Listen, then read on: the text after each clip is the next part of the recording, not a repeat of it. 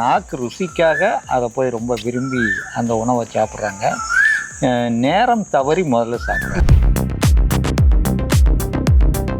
இவங்க நேரம் தவறி சாப்பிடும்போது இரைப்பை காலியாக இருக்கும்போது இந்த புண்ணு ஏற்படுறதுக்கு மிகவும் வாய்ப்பாக போயிடுது. அது குடித்த உடனே தொண்டையிலேருந்து அப்படியே வயிறு அடிவயிறு வரைக்கும் அப்படியே உடம்பு ஜில்லுன்னு உள்பக்கம் குளிர்றத நம்மளால் உணர முடியும். சேர்த்து சாப்பிட்டாங்க அப்படின்னா இவங்களுக்கும் அந்த வாயு தொல்லையும் இருக்காது. உங்களுடைய கிளினிக்கையோ இல்லை நீங்கள் செஞ்சுட்டு இருக்கிற மருத்துவத்தையோ நாங்கள் மக்கள்கிட்ட கொண்டு போய் சேர்த்து நீங்கள் விருப்பப்பட்டா கீழே டிஸ்பிளேல இருக்கிற நம்பர், அதாவது 9940040764 அந்த நம்பருக்கு நீங்கள் கான்டாக்ட் பண்ணலாம். நன்றி. யோகம் சேனல் நேயர்கள் அனைவருக்கும் வணக்கம். நம்ம சேனலில் நிறைய மருத்துவ தகவல்கள் மருத்துவ பதிவுகளையும் பார்த்துட்டு வந்துட்டு இருக்கோம். இன்னைக்கு நம்ம திரு அண்ணாமலை ஆனந்த ஐயா பார்க்க வந்திருக்கோம். ஐயா வணக்கங்க. ஐயா வணக்கம்மா. ஐயா, நம்ம நேயர்களுக்காக நிறைய மூலிகைகளையும் மூலிகையினோட பயன்களையும் மருத்துவ குறிப்புகளையும் நிறைய கொடுத்துட்டு இருக்கீங்க. இன்னைக்கு பார்த்தீங்கன்னா வயிற்றுப்புண் அல்சர் வந்தவங்களுக்கு எளிதில் குணமாகக்கூடிய ஒரு அற்புதமான அருமையான மருந்து நம்மகிட்ட இருக்கு. அது இன்னைக்கு நம்ம நேயர்களுக்காக சொல்லிடலாம். அது எப்படி தயாரிக்கிறோம், அதனோட பயன்கள் என்னன்னு எல்லாம் சொல்றேன்னு சொல்லியிருக்கீங்க. ஏன்னா இப்போ மேக்சிமம் பார்த்தீங்கன்னா வயிறு புண்ணுங்கிறது சாதாரணமா சின்ன பிள்ளைங்க கூட எல்லாருக்குமே வருது. ஏன்னா சரியான உணவு இல்லை, சரியான தூக்கம் இல்லை, சரியானபடி உணவு இல்லை. புதுசா இப்பெல்லாம் பார்த்தீங்கன்னா மிட் நைட் பிரியாணினே இப்பெல்லாம் வித்துட்டு இருக்காங்க. ஆரோக்கியமான உணவுங்கிறதே இல்லாம போயிடுச்சு. கண்ட நேரத்துக்கு கண்டதை வேணாலும் சாப்பிடலான்ற மாதிரி காரம் உப்பு இந்த மாதிரி என்னென்ன உணவு என்னென்ன மாதிரியான ருசிகள் எடுத்துக்கணும் அப்படிங்கிறது இப்போ அறுசுவை எடுத்துக்கிறதுல எது உடம்புக்கு தேவையோ அதை தவிர மற்ற அனைத்துமே சாப்பிட்றாங்க எல்லா டைம்லயும். இப்போ அந்த மாதிரி இருக்கவங்களுக்கு கூட நம்ம மருந்து எந்த அளவுக்கு அவங்களுக்கு குணமாக்கும் அப்படின்னு நீங்க சொல்லியிருக்கீங்க. ஏன்னா ஆக்சுவலா நான் எனக்கு ஃபர்ஸ்ட் உங்ககிட்ட கேட்டது எனக்கு வயிறு புண்ணு அதிகமா இருக்குங்க ஐயா, ஒரு நல்ல மருந்து இருந்தா கொடுங்கன்னு சொல்லி கேட்டிருந்தேன். இப்ப நம்ம மருந்து எடுத்ததுக்கு அப்புறம் எனக்கு முழுசா வயிறு புண்ணு இல்லைங்க ஐயா. நீங்க சொன்ன மாதிரி தண்ணி குடிக்கிறது உணவு எல்லாம் கடைபிடிச்சிட்டு நம்ம மருந்து எடுத்துட்டு வந்தேன்.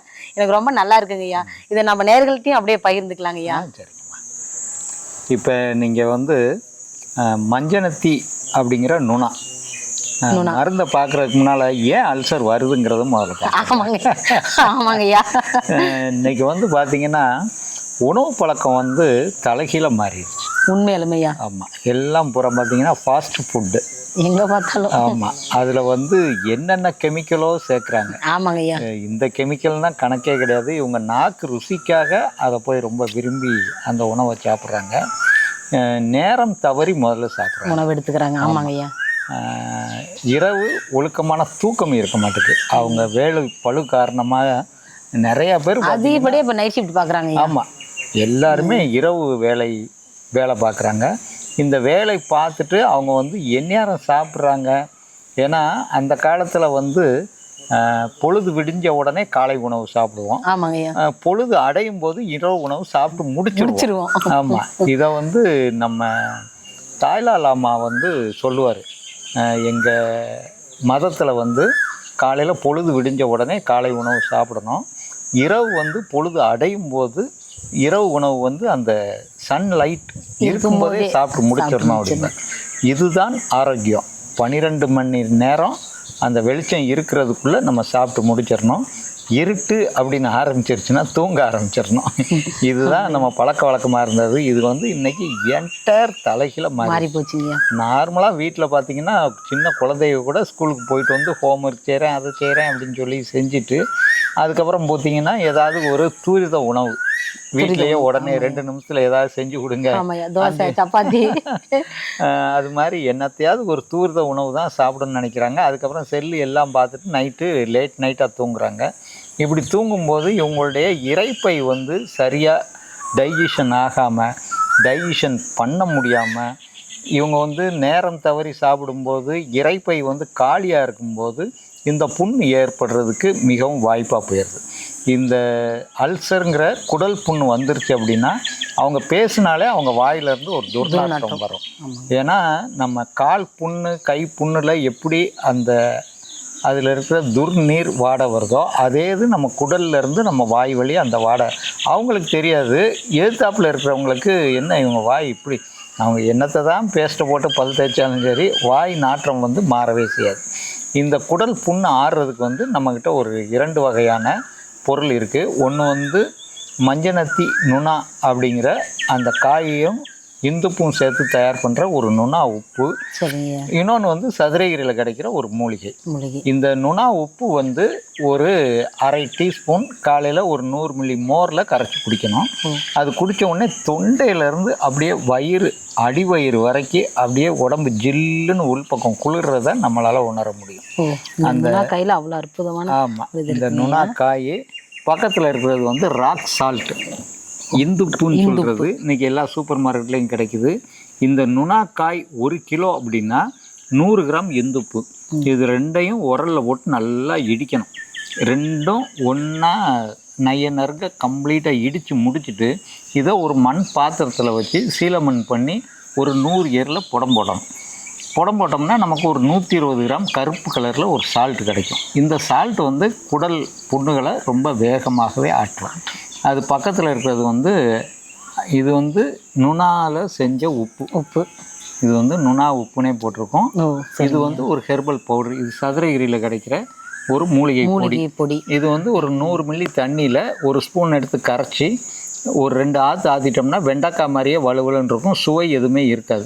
இந்த உப்பு சாப்பிட்டு ஒரு 15 நிமிஷம் 20 நிமிஷம் கழித்து இதை குடிச்சிட்டோம் அப்படின்னா அந்த குடல் புண்ணுக்கு மேலே இது போய் முதல்ல அந்த குடல் புண்ணில் இருக்கிற கிருமிகளை பூரா முதல்ல வாஷ் பண்ண மாதிரி வாஷ் பண்ணி அதை ஆற வைக்கிறதுக்கானதை ரெடி பண்ணிடும். இந்த 2வது இந்த மூலிகை பொடி சாப்பிடும்போது அதுக்கு மேலே நம்ம புண்ணுக்கு எப்படி களிம்பு போடுறோமோ அது மாதிரி இது பூராமே அப்படி போய் அதில் ஒரு லேயர் ஒட்டிடும். இது வந்து இதெல்லாம் சாப்பிட்டு முடிச்சுட்டு ஒரு 1/2 மணி நேரம் 1 மணி நேரம் கழித்து உங்கள் காலையில் டிஃபன் சாப்பிடணும்.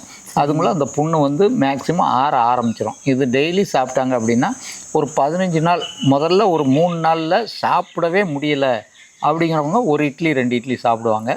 ஒரு 4-5 நாள் கழித்து 3 இட்லி 4 இட்லி சாப்பிடுவாங்க. 10 நாள் கழித்து 5 இட்லி. அவங்க எப்பயும் சாப்பிட்ற சாப்பாடு ஒரு 10 நாளில் சாப்பிட ஆரம்பிச்சுவாங்க. சூப்பருங்கய்யா. 1 மாதத்தில் கம்ப்ளீட்டாக அவங்களுக்கு வந்து இந்த வயிறு புண்ணுங்கிறது இருக்காது, முழுசா அறியும். இந்த 1 மாசம் மெடிசனுக்கு அப்புறம் அவங்களுக்கு மெடிசன் தேவைப்படாது. 1 மாசத்துக்கு அப்புறம் மெடிசனே தேவைப்படாது. அவங்களுக்கு நிரந்தரமா குணமாயிரும். சூப்பர். இதுல கேஸ்ட்ரிக் அல்சர்னு சொல்லுவாங்க. அல்சர்னால சிலவங்களுக்கு வாயு தொல்லை இருக்கும். ஆமாங்கய்யா. அந்த வாயு தொல்லை இருந்துச்சு அப்படின்னா இது கூட ஒரு வாயு சூரணம் கொடுப்போம். வெட்டவாயு செந்தூரம்னு ஒரு 4 பொட்டணம் கொடுப்போம். அது சேர்த்து சாப்பிட்டாங்க அப்படின்னா இவங்களுக்கும் அந்த வாயு தொல்லையும் இருக்காது. அல்சரோட சேர்ந்து அந்த வாயு தொல்லையும் இருக்காது. அதை ஒரு வீடியோவில் நம்ம பேசலாம். கண்டிப்பாங்க ஐயா. நேரிலே பார்த்தீங்கன்னா அருமையாக அற்புதமான ஒரு மருந்தை பற்றி ஐயா சொல்லியிருக்காரு. டைமுக்கு சாப்பிடாம சரியாக தண்ணி குடிக்காமல் அதிகப்படியான கார சுவை எடுத்துகிட்டு நீங்கள் வயிறு புண்ணுனால் பாதிக்கப்பட்டிருக்கீங்களா? கவலையே பட வேணாங்க.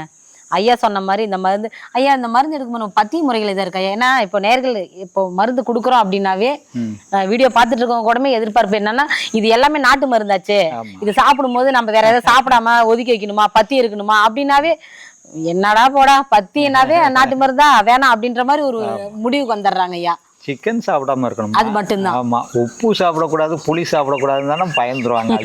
என்ன உப்பு சாப்பிடக்கூடாது, உப்பு போடாம இப்படி சாப்பிடுறது அப்படின்னு. சிக்கன் சாப்பிடாம இருக்கணும். ஊறுகாய் அந்த மாதிரி காரமான ஐட்டம், ஆயில் ஐட்டம் அந்த மாதிரி சாப்பிடாம இருக்கணும். ட்ரிங்க்ஸ் சாப்பிட்றவங்களுக்கு நிறைய பேருக்கு அல்சர் இருக்கும்.